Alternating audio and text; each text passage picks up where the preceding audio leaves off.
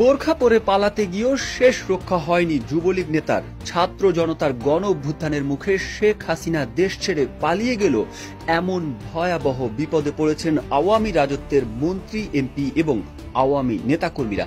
অনেকে সুযোগ বুঝে বিদেশে পালিয়ে গেলেও আটকা পড়েছেন বহু জ্যেষ্ঠ ও প্রভাবশালী এমপি, মন্ত্রী সহ অসংখ্য নেতাকর্মীরা। প্রাণ ভয়ে পালিয়ে বেড়াচ্ছেন তারা। গত 5 আগস্ট প্রধানমন্ত্রীর পদ থেকে পদত্যাগ করার পর সামরিক হেলিকপ্টারে করে ভারতের উদ্দেশ্যে বোন শেখ রেহানাকে নিয়ে পাড়ি জমান শেখ হাসিনা। তার তাৎক্ষণিক সিদ্ধান্তে অনেক মন্ত্রী, এমপি দেশ ছাড়তে না পেরে দেশেই গা ঢাকা দেন। এমন খবরও চাউর হয়েছে যে বিভিন্ন দূতাবাসের দ্বারে দ্বারে ঘুরে আশ্রয় চাচ্ছেন অনেকে। আওয়ামী লীগের তৃণমূলের নেতাকর্মীদের অবস্থাও খারাপ। ফেনীর সোনাগাজীতে বোরখা পরে পালানোর সময় যুবলীগ নেতা মুশফিকুর রহিম মিশুকে গলায় ফাঁস দিয়ে হত্যা করেছে দুর্বৃত্তরা।